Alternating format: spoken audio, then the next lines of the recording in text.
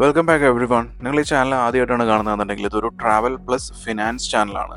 ഈ ചാനൽ എപ്പോഴെങ്കിലും ഒരു ട്രാവൽ വ്ളോഗ് വരുന്നുണ്ടെങ്കിൽ നമ്മളൊരു ട്രിപ്പ് പ്ലാൻ ചെയ്യുമ്പോൾ അതിനാവശ്യമായിട്ടുള്ള ചിലവുകൾ, ആ ചിലവുകളെല്ലാം വളരെ ഡീറ്റെയിൽ ആയിട്ട് ഡേ വൈസ് തന്നെ കൃത്യമായിട്ട് പറയുന്നതാണ്.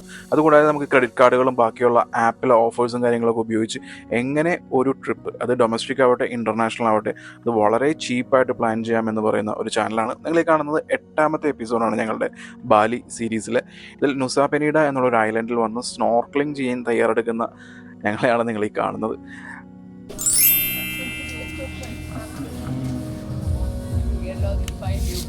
കുറേ കിമ്മൻ്റ് വന്നിട്ടുണ്ട്. കിമ്മൻ്റ് എങ്ങാനും കയ്യിൽ നിന്ന് പോയി കഴിഞ്ഞിട്ടുണ്ടെങ്കിൽ കാശ് മേടിക്കുക എന്നാണ് പറയുന്നത്. എന്തായി അറിയോ?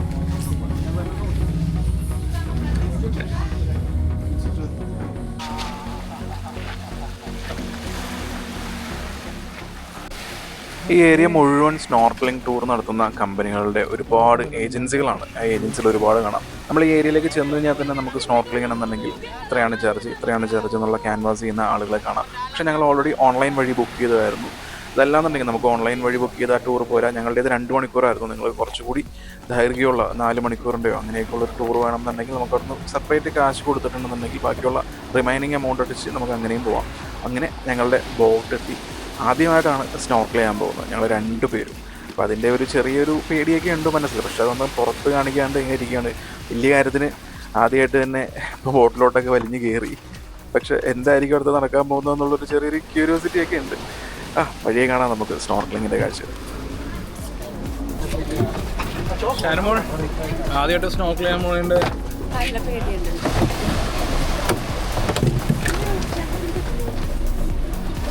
Life jacket തരുമാതിരി.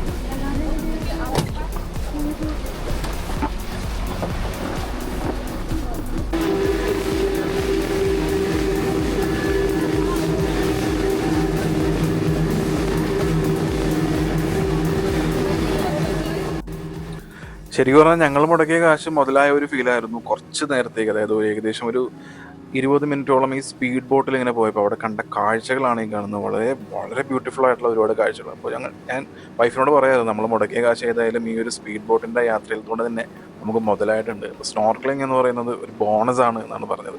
വളരെ ബ്യൂട്ടിഫുൾ ആയിട്ടുള്ള കാഴ്ചയായിരുന്നു. നമുക്ക് ആ കാറ്റും കൊണ്ടൊക്കെ ഇങ്ങനെ പോകുന്നത് one of the best memory in the life എന്നൊക്കെ പറയില്ലേ, അതുപോലത്തെ ഒരു അനുഭവമായിരുന്നു ഈ നുസാ പെനീഡയിലെ ഈ സ്നോർക്ലിങ്ങിന് പോകുമ്പോൾ ഈ ബോട്ടിലുള്ള ഞങ്ങളുടെ അനുഭവം.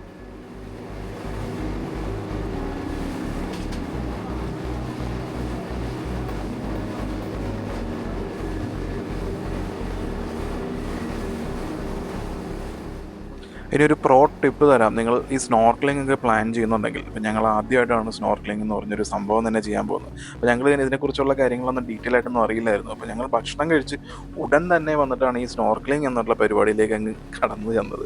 അപ്പോൾ അതിൻ്റേതായിട്ടുള്ള ശാരീരികമായിട്ടുള്ള ബുദ്ധിമുട്ടുകൾ ഞങ്ങൾക്ക് കുറച്ച് കഴിഞ്ഞപ്പോൾ, സ്നോർക്ലിംഗ് ചെയ്തപ്പോഴല്ല അതിന് ശേഷം ഉണ്ടായിരുന്നു. പിന്നീട് ഈ സ്നോർക്ലിംഗ് കഴിഞ്ഞിട്ടുണ്ടെന്നുണ്ടെങ്കിൽ പിന്നെ ഈ ദിവസം വേറെ ഒന്നുമില്ല. കാരണം ശാരീരികമായിട്ടുള്ള കുറച്ച് ബുദ്ധിമുട്ടുകൾ കാരണം റൂമിൽ പോയി റെസ്റ്റ് എടുത്ത് പിന്നെ ഡിന്നറിൻ്റെ ആ പോർഷൻ മാത്രമേ നമുക്ക് ഇന്ന് ഈ വ്ളോഗിൽ അടക്കം കാണാൻ പറ്റുള്ളൂ.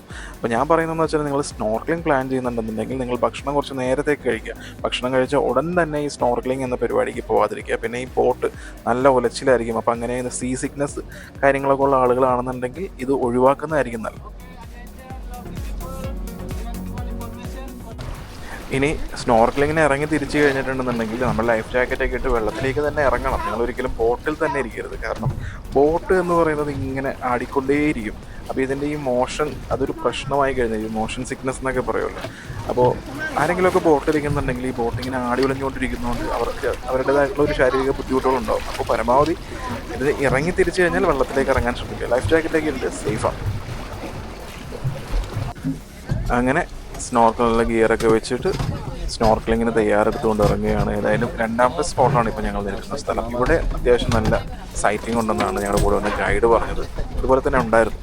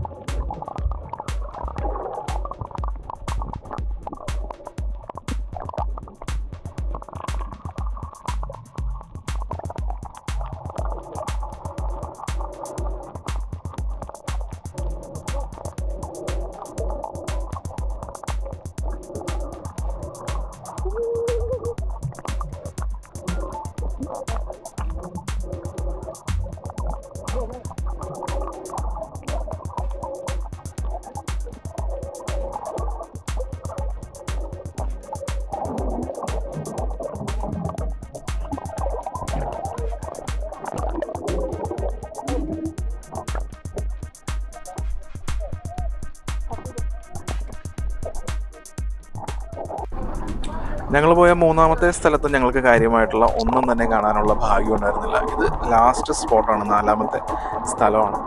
ഇവിടെയും കുറച്ച് പവിഴപ്പുറ്റുകൾ കാര്യങ്ങളൊക്കെ ഉണ്ടെന്നല്ലാതെ ഞങ്ങൾക്ക് വേറെ സൈറ്റിംഗ് ഒന്നും തന്നെ കിട്ടിയില്ല എന്നതാണ് സത്യം. എല്ലായ്പ്പോഴും ഇങ്ങനെ ആവണമെന്നില്ല, കാരണം ഒരുപാട് ടൂറിസ്റ്റുകൾ ടേർട്ടിൽസിനെ കണ്ടിട്ടുണ്ട്, മാൻറ്റാ ഫിഷിനെ കണ്ടിട്ടുണ്ട്. ഇങ്ങനെ അവരുടെയൊക്കെ അനുഭവങ്ങൾ, നമ്മളുടെ ഒരു ഓഫീസ് ഞങ്ങൾ ഓൺലൈൻ വഴി ബുക്ക് ചെയ്തിരുന്ന മാൻറ്റാ ഫിഷ് സ്നോർക്ലിംഗ് കമ്പനിയുടെ അവരുടെ ഓഫീസിൽ തന്നെ ഒരുപാട് അനുഭവങ്ങളൊക്കെ പറയുന്ന വീഡിയോസ്, പിന്നെ ഫോട്ടോസ് കാര്യങ്ങളൊക്കെ ഉണ്ട്. വളരെ റെപ്യൂട്ടഡ് ആയിട്ടുള്ള ഒരു ടൂർ കമ്പനി ആയിരുന്നു ഞങ്ങൾ ബുക്ക് ചെയ്തിരുന്നത്. ബാലിയിൽ വന്നിട്ട് വെയിൽ, മഴ, മഞ്ഞ് തുടങ്ങിയ എല്ലാ കാലാവസ്ഥയും ഇങ്ങനെ നമ്മൾ മാറി മാറി ഓരോ ദിവസവും വ്യത്യസ്ത കാലാവസ്ഥയായിരുന്നു. അതിൻ്റെ ഭാഗമായിട്ട് നല്ല രീതിയിൽ പനി അടിച്ചു, അതാണ് കാര്യം. അത് പനി അടിക്കുന്നതിന് മുമ്പുള്ള ദിവസത്തെ കാഴ്ചകളാണ് ഈ സ്നോർക്ലിംഗ്. അപ്പോൾ സ്നോർക്ലിംഗ് കൂടി ആയപ്പോൾ മൊത്തത്തിൽ ബോഡി വയ്യാതെയായി. ഒരു കണക്കിന് തിരിച്ച് റൂമിലെത്തിയാൽ മതി എന്നായിരുന്നു. ഈ തിരിച്ച് യാത്ര അത്രയ്ക്ക് ആശ്വാസമായിരുന്നു ഞങ്ങൾക്ക്. വളരെ ഇമ്പോർട്ടൻ്റ് ആയിട്ടുള്ളൊരു കാര്യം പറയാം, നിങ്ങൾ ബാലി യാത്ര പ്ലാൻ ചെയ്യുമ്പോൾ നിങ്ങൾ നിർബന്ധമായും ട്രാവൽ ഇൻഷുറൻസ് എടുക്കുക. ട്രാവൽ ഇൻഷുറൻസ് വളരെ വളരെ യൂസ്ഫുൾ ആയിട്ടുള്ള കാര്യമാണ്. പിന്നെ നിങ്ങളുടെ കയ്യിൽ അത്യാവശ്യം മെഡിസിൻസ് കയ്യിൽ കരുതുക. കാരണം ഈ ദിവസം, ഈ നുസാപ്പിൻ്റെ കറങ്ങിയ ദിവസം എനിക്ക് നല്ല പനിയായിരുന്നു. പക്ഷേ അത്യാവശ്യം മരുന്നുകളും കാര്യങ്ങളൊക്കെ ഞങ്ങളുടെ കയ്യിലുണ്ടായിരുന്നു. നിങ്ങൾ ബാലിയിലുള്ള മെഡിക്കൽ ഷോപ്പുകളിൽ നിന്നാണ് മരുന്ന് വാങ്ങാൻ ശ്രമിക്കുന്നതെന്നുണ്ടെങ്കിൽ ഭയങ്കര റേറ്റാണ്. കത്തി റേറ്റ് ഒന്നും അല്ല, അതിൻ്റെ അപ്പുറത്തെ റേറ്റാണ്. അപ്പോൾ അത്യാവശ്യം മെഡിസിൻസൊക്കെ നിങ്ങളുടെ കയ്യിൽ എപ്പോഴും കരുതുക. കാരണം നമുക്ക് ഒന്നും പ്രഡിക്റ്റ് ചെയ്യാൻ പറ്റില്ലല്ലോ. ഒരുപാട് ഫാൻസി റെസ്റ്റോറൻറ്റുകളുള്ള സ്ഥലമാണ് നുസാപ്പിനീഡ. ഞങ്ങൾ കുറേ കറങ്ങി കണ്ടതിൽ കൊള്ളാവുന്ന എന്ന് തോന്നിയ ഒരു റെസ്റ്റോറൻറ്റാണ് ഞങ്ങൾ കയറുന്നത്. എൻ്റെ ആംബിയൻസും സെറ്റപ്പും ഒന്ന് കണ്ടിട്ട് പേടിക്കുന്നുണ്ട്. ഒരുപാട് റേറ്റ് ഒന്നും ആവില്ല. ഇനി ഒരുപാട് റേറ്റ് ആയാൽ തന്നെ ഡിസ്കൗണ്ട് കിട്ടാനുള്ളൊരു വകുപ്പുണ്ട്, കണ്ടോളൂ.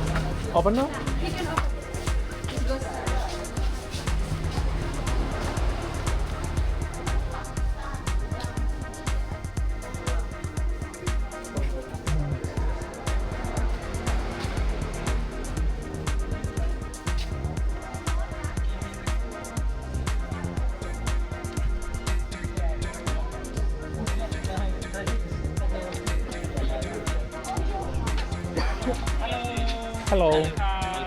Welcome. Is there any space in the beach, sir? On the beach, yes, we have been back. Also, back in the phone. So they had in the back. Where? Yeah, been back in the phone and they back over here.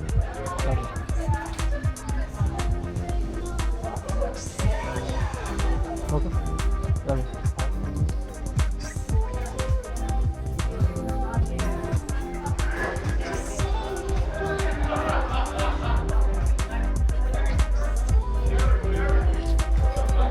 Beach ബോട്ടിലാണോ?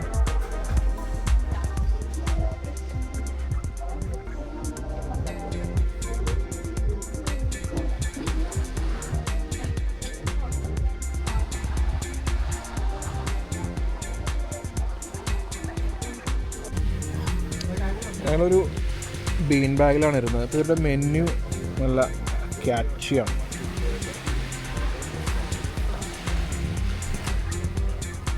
Okay, actually ഇത് ഡ്രിങ്ക്സിൻ്റെ menu ആണ്. ഡ്രിങ്ക്സിൻ്റെ menu നമുക്ക് ആവശ്യമില്ല. ഫുഡിൻ്റെ menu ഉണ്ടോ?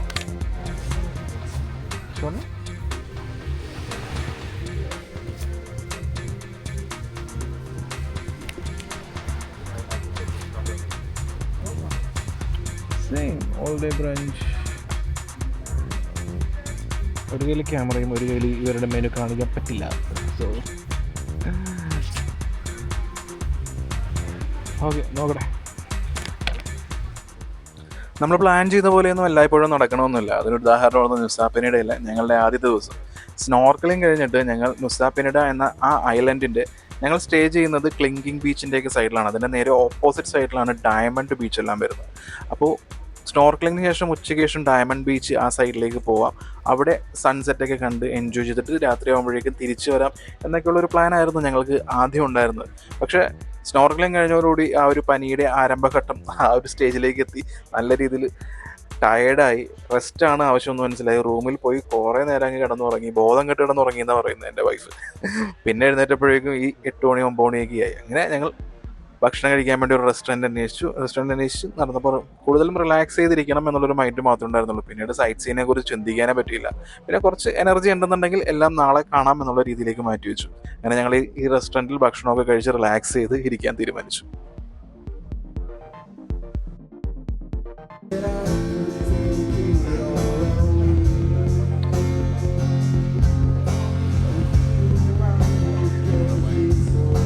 Strawberry കൂളറും പിന്നെ ഒരു lime ടീയും ആണ് order ചെയ്തിരിക്കുന്നത്.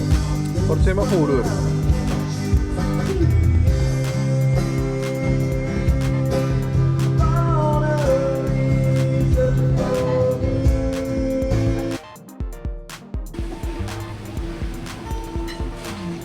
ഓർഡർ ചെയ്തിരിക്കുന്ന ഒരു ജാപ്പനീസ് ബീഫാണ് വിത്ത് റൈസ് വിത്ത് ഒരു എഗ്ഗ് വരുന്നുണ്ട്.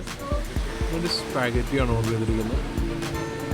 നമ്മുടെ നാട്ടിൽ 500 രൂപയുടെ സാധനങ്ങളാണ് ഇതെല്ലാം. പിന്നെ ഈ ലെമൺ ടീ 250 രൂപയുടെ വെറൈറ്റി അല്ലേ. പക്ഷേ ഇതാണ് ജാപ്പനീസ് ബീഫ് വിത്ത് 1 സണ്ണി സൈഡ് എഗ് ഉണ്ട്. പിന്നെ റൈസാണ്. അപ്പോൾ റൈസ് നോർമൽ തന്നെയാണ്. ഇവിടെ വാഗ്യൂ കിട്ടുമെന്ന് വെച്ചപ്പോൾ ഇവിടെ വാഗ്യൂ വരെ കിട്ടുന്നുണ്ട്. അപ്പോൾ വാഗ്യൂ നമുക്ക് മുതലാവില്ല. അപ്പോൾ നോർമൽ ഇത് തന്നെ ഓൾമോസ്റ്റ് നമ്മളുടെ ഒരു 2 lakh ഐഡിയാറിന് അടുത്തുണ്ട്. അപ്പോൾ വാഗ്യൂ നമുക്ക് പിന്നെ നോക്കാം, പിന്നെ ട്രൈ ചെയ്യാം. ആക്ച്വലി ഇതുപോലത്തുള്ള സ്ഥലങ്ങളിൽ വാഗ്യൂ ഒക്കെ അവൈലബിൾ ആവുന്നത് കൊള്ളാം. നല്ല ഒരു ഇതാണ്. ഇവിടുത്തെ ഫുഡ് കൾച്ചർ കൊള്ളാം. കാരണം ആർക്കും എന്ത് വേണേലും കഴിക്കാം, എന്തും. അതെടുത്ത് പറയണം. So this is a black pepper beef bowl, spaghetti, strawberry and lemon tea. Okay.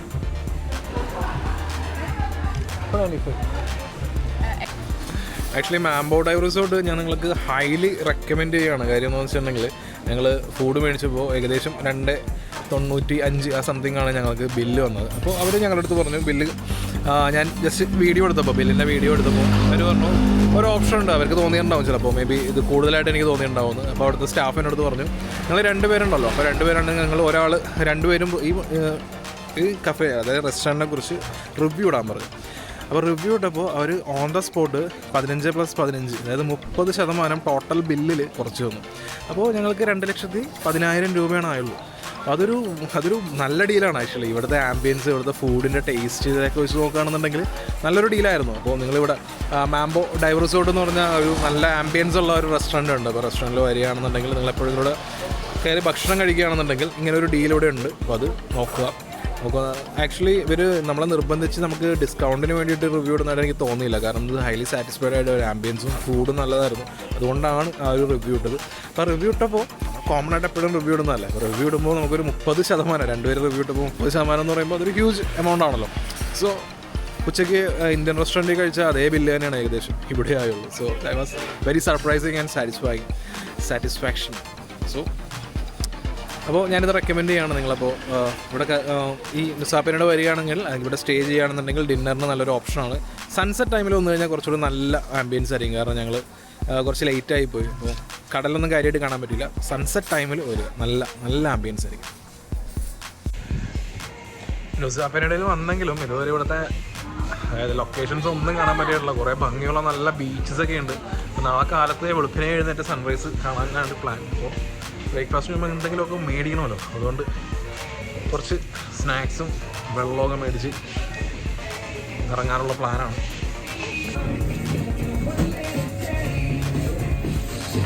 Thank you. ഞങ്ങൾ ബാലിയിൽ വന്നിട്ട് ഏറ്റവും കൂടുതൽ കാശ് ചിലവായ ദിവസമാണ് ഞങ്ങളുടെ നുസാപ്പെനീഡ എന്നുള്ള ഡേ 5. അതിനകത്ത് ഏറ്റവും കൂടുതൽ ചാർജ് വന്നിരിക്കുന്നതൊക്കെ കാണാം. നമുക്ക് ബാഗേജ് ലോക്കറിൽ നമ്മളുടെ ലഗേജ് അവിടെ വെക്കാതെ നമുക്ക് നുസാപ്പെനീഡയിലേക്ക് ലഗേജ് ഉരുട്ടിക്കൊണ്ട് പോകാൻ പറ്റില്ലല്ലോ. അപ്പോൾ അതിനുവേണ്ടിയാണ് 717 രൂപ മുടക്കിയത്. പിന്നെ ആയിട്ടുള്ള മെയിൻ ചാർജ് എന്ന് പറയുന്നത് റൗണ്ട് ട്രിപ്പ് നമ്മളുടെ ഫെറി ചാർജാണ്. ഫെറി ചാർജ് ഞങ്ങൾക്ക് 2 പേർക്കും കൂടി 2108 രൂപയാണ് വന്നിരിക്കുന്നത്.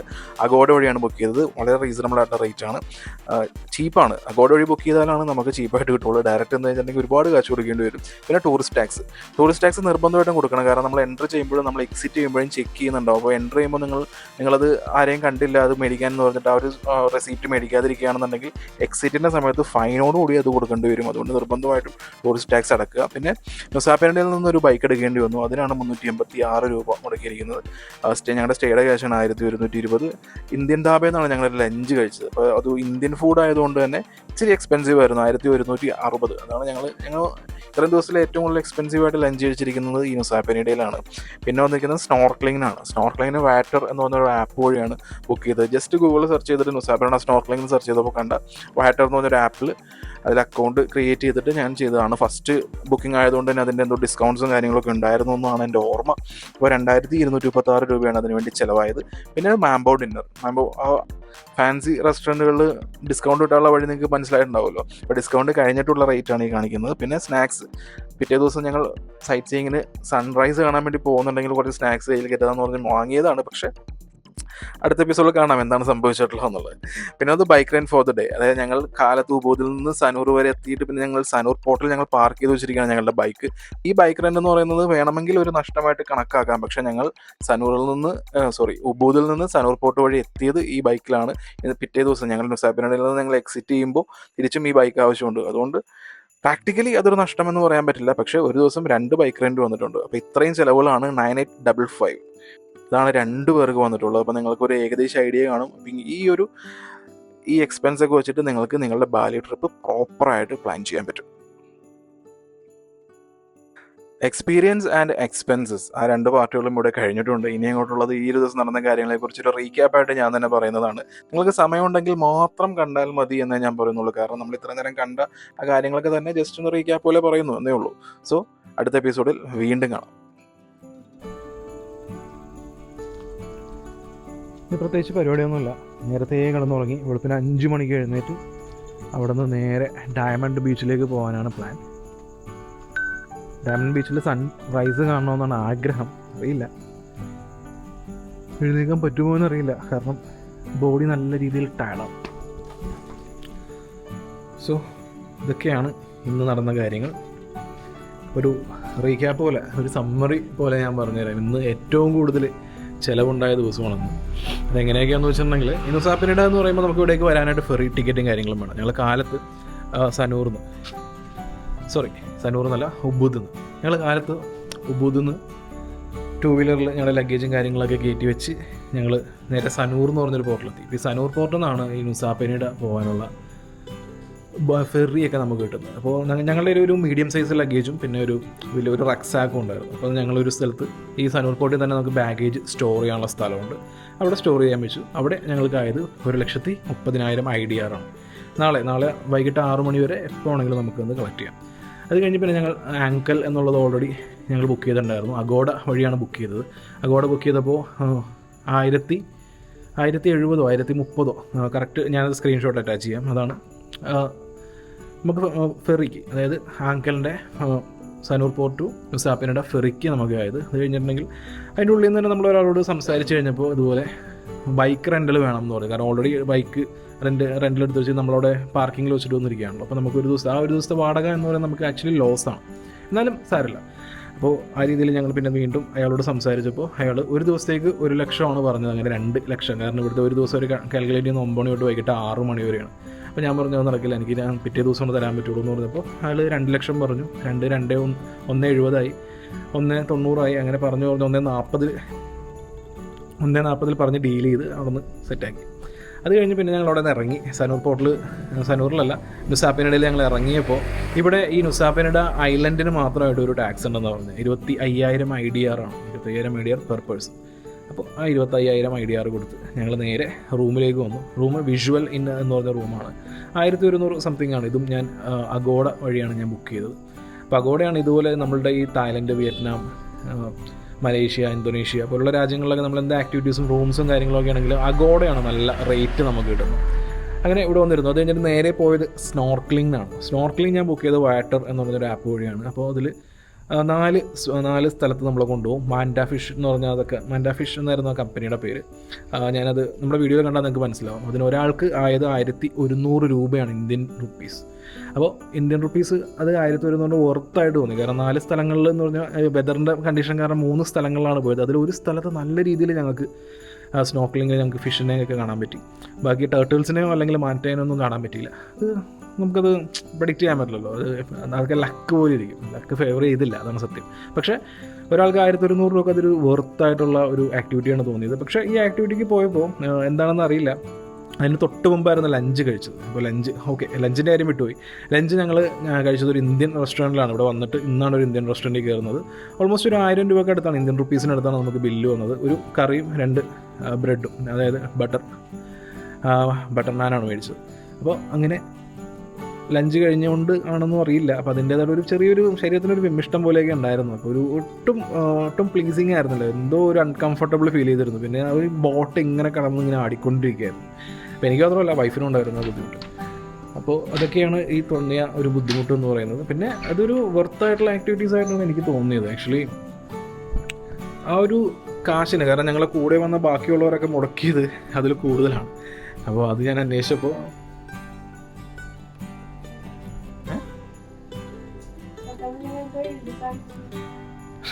അതിവിടെ മാറ്റാൻ പറ്റും. 5 മിനിറ്റ് കൂടി കഴിഞ്ഞാൽ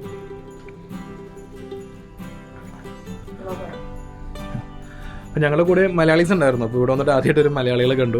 അപ്പോൾ അവർ കൊടുത്ത റേറ്റ് വെച്ച് നോക്കുകയാണെന്നുണ്ടെങ്കിൽ നമുക്ക് നല്ല പ്രൈസാണ് ആക്ച്വലി കിട്ടിയിരിക്കുന്നത്. അങ്ങനെ അത് കഴിഞ്ഞു. പക്ഷേ അതിൻ്റേതായിട്ടുള്ള ഒരു ശാരീരികമായിട്ട് കുറച്ച് ബുദ്ധിമുട്ടൊക്കെ ഉണ്ടായതുകൊണ്ട് നേരെ ഇവിടെ വന്ന് അങ്ങ് കിടന്ന് ഉറങ്ങിപ്പോയി. അതാ സത്യം. ഉറങ്ങി എഴുന്നേറ്റപ്പോൾ 7 മണിയായി. അപ്പോൾ അതായത് ഇവിടെ വന്നിട്ട് ഒരുപാട് നല്ല ബീച്ചസും നല്ല സൺസെറ്റ് പോയിൻ്റൊക്കെ ഉള്ള നല്ല കിടിലൻ സ്ഥലങ്ങളൊക്കെ ഉണ്ട് നുസാപ്പിനിടയിൽ. പക്ഷേ ഹെൽത്തിൻ്റെ പ്രശ്നങ്ങൾ കാരണം അങ്ങനെ ഒന്നും പറ്റിയില്ല. ഒരു 7 മണിയായി എഴുന്നേറ്റപ്പോൾ ഇവിടുന്ന് പിന്നെ ഡിന്നർ കഴിക്കണമല്ലോ. അപ്പോൾ അങ്ങനെ ഒരു സ്ഥലത്ത് പോയി. നല്ല നീറ്റായിട്ടുള്ള നല്ല ആംബിയൻസ് ഉള്ള ഒരു കിടിലൻ റെസ്റ്റോറൻ്റ് ആയിരുന്നു. നല്ല ഫുഡ്, നല്ല ആംബിയൻസ്, നല്ല സർവീസ്, ഇതെല്ലാമായിരുന്നു. 2,95,000 നമുക്ക് ബില്ല് വന്നിട്ട് റിവ്യൂ ഇട്ടാൽ മതി. നിങ്ങൾ രണ്ടുപേരും റിവ്യൂ ഇട്ട് കഴിഞ്ഞാൽ ഒരാൾക്ക് 15% വെച്ച് 30% നിങ്ങൾക്ക് ഡിസ്കൗണ്ട് തരാമെന്ന് പറഞ്ഞപ്പോൾ അതൊരു ബെറ്റർ ഡീലായിരുന്നു ആക്ച്വലി. അങ്ങനെ ഡിസ്കൗണ്ട് കിട്ടി. അങ്ങനെ ഈ ദിവസം ഇവിടെ അവസാനിച്ചു. അപ്പോൾ നുസാപ്പിനിട, അതായത് ബാലിയിൽ വന്നിട്ട് ഏറ്റവും കൂടുതൽ ചിലവുണ്ടായ ദിവസം ഒന്നാണ്. അപ്പോൾ അത് ഇത്രയും കാര്യങ്ങളാണ് അതിൽ ചിലവ് വരുന്നത്. അതിൽ ലോക്കറിൻ്റെ വരുന്നുണ്ട്, ഫെറിയുടെ കാശ് വരുന്നുണ്ട്, സ്നോർക്കലിങ്ങിൻ്റെ കാശ് വരുന്നുണ്ട്. പിന്നെ ഇവിടെ കമ്പാരിറ്റീവ്ലി 2 നേരവും കഴിച്ചത് അത്യാവശ്യം നല്ല രീതിയിൽ ബില്ല് വരുന്ന സ്ഥലങ്ങളിലായിരുന്നല്ല. നല്ല നോർമൽ റെസ്റ്റോറൻറ്റ്സ് ഒന്നും അല്ല ചൂസ് ചെയ്ത്. അപ്പം അങ്ങനെയൊക്കെയാണ്. അപ്പോൾ നുസാപ്പിനിടെ അങ്ങനെയാണ്. കാരണം നമ്മളൊരു സ്റ്റാൻഡേർഡ് റെസ്റ്റോറൻറ്റും ഒരു ലോക്കൽ റെസ്റ്റോറൻറ്റും നമ്മൾ ചൂസ് ചെയ്യുമ്പോൾ ഉള്ള വ്യത്യാസം എന്ന് വെച്ചിട്ടുണ്ടെങ്കിൽ, സ്റ്റാൻഡേർഡ് റെസ്റ്റോറൻറ്റിൽ നമുക്ക് ആവുന്ന 2,000 ആണെന്നുണ്ടെങ്കിൽ നോർമൽ റെസ്റ്റോറൻറ്റിൽ നമുക്ക് ഒരു 1,300 രൂപയാവും. ഒരു 700 രൂപ വ്യത്യാസമൊക്കെ ഉള്ളൂ ഇവിടെ. അത് മനസ്സിലായി. അപ്പോൾ നമ്മളുടെ മൈൻഡ്, അതായത് ഇന്ന് കുറച്ച് വെറൈറ്റി ആയിട്ട് എന്തെങ്കിലുമൊക്കെ നമുക്ക് ചൂസ് ചെയ്യാമെന്നുണ്ടെങ്കിൽ നമ്മളെപ്പോഴും ഒരു സ്റ്റാൻഡേർഡ് റെസ്റ്റോറൻറ്റ് ചൂസ് ചെയ്യുന്നതായിരിക്കും നല്ലത്. കാരണം ലോക്കൽ റെസ്റ്റോറൻറ്റിൽ പോയി കഴിഞ്ഞിട്ടുണ്ടെങ്കിൽ നാസി ഗോരങ്ക്, മീ ഗോരങ്ക് അങ്ങനെയുള്ള ആ ഒരു ഐറ്റംസൊക്കെ മാത്രമേ ഉണ്ടാവുള്ളൂ. വേറെ ഒന്നും കാര്യമായിട്ട് ഇവിടെ ഉണ്ടാവില്ല. അതൊക്കെയാണ് പ്രശ്നങ്ങൾ. അങ്ങനെ ഈ ദിവസം നുസാപ്പിനിടെ എത്തിയിട്ട് ഞങ്ങൾക്ക് ഒരു അട്രാക്ഷനിലും പോകാൻ പറ്റിയിട്ടില്ല. അതിൻ്റെ ഒരു ഡിസപ്പോയിൻമെൻ്റ് ഉണ്ട്. നാളെ ഞങ്ങൾക്ക് ഉച്ചയ്ക്ക് 2:30 ഇവിടെ നിന്ന് തിരിച്ചുള്ള ഫെറിയാണ്, റിട്ടേൺ ഫെറി. അപ്പോൾ അതിന് മുമ്പ് എത്രയൊക്കെ കവർ ചെയ്യാൻ പറ്റുമോ അത്രയൊക്കെ കവർ ചെയ്യണം. പിന്നെ ചെറിയ ഹെൽത്ത് പ്രശ്നംസൊക്കെ ഉണ്ട്. ആ പ്രശ്നംസ് എന്നാണ് എപ്പോഴും വായിൽ വരുന്നത്. ഓക്കെ, അപ്പോൾ ചെറിയൊരു ഹെൽത്ത് പ്രോബ്ലംസ് ഒക്കെ ഉണ്ട്. അപ്പോൾ അതിൻ്റെ ഒരു കാര്യങ്ങളൊക്കെ ഉണ്ട്. അപ്പോൾ കാലത്ത് എഴുന്നേറ്റ് നോക്കാം. 5 മണിക്ക് എഴുന്നേക്കാൻ പറ്റുകയാണെന്നുണ്ടെങ്കിൽ നമുക്ക് ഡയമണ്ട് ബീച്ചിൻ്റെ സൺറൈസ് കാണാം. എപ്പോഴും സൺസെറ്റാണല്ലോ കാണാറുള്ളത്. സൺറൈസ് കാണാം. അത് കഴിഞ്ഞിട്ട് ഇവിടെ നിന്നൊരു ഏകദേശം 1 കിലോമീറ്റർ അല്ല, 1 മണിക്കൂർ നമുക്ക് ഡ്രൈവ് ചെയ്യേണ്ട അവിടേക്ക്. തിരിച്ച് 1 മണിക്കൂർ. അപ്പോൾ 2 മണിക്കൂർ അങ്ങോട്ടും ഇങ്ങോട്ടും ഡ്രൈവ് വരുന്നുണ്ട്. പിന്നെ ഇവിടെ എല്ലാമായിട്ട് എങ്ങനെ വന്നാലും നമുക്കൊരു 4 മണിക്കൂറോളം നമുക്ക് ഡ്രൈവ് തന്നെ വരും നാളെ. അതൊക്കെ ഒന്ന് നോക്കണം. അപ്പോൾ ഇങ്ങനെയൊക്കെയാണ് ഇന്നത്തെ ദിവസം. അപ്പോൾ നല്ലൊരു ഹാപ്പനിങ് ഡേ ആയിരുന്നു. സ്നോർക്കലിംഗ് അത് മറക്കാൻ പറ്റില്ല. അത് നല്ല ബ്യൂട്ടിഫുൾ ആയിട്ടുള്ള കുറേ വിഷ്വൽസ് കാണാൻ പറ്റി, വൈഫിനെ കാണിച്ചു കൊടുക്കാൻ പറ്റി. അപ്പോൾ അതൊക്കെ ഒരു സാറ്റിസ്ഫൈയിങ് മൊമെൻ്റാണ്. അപ്പോൾ ഗുഡ് നൈറ്റ്.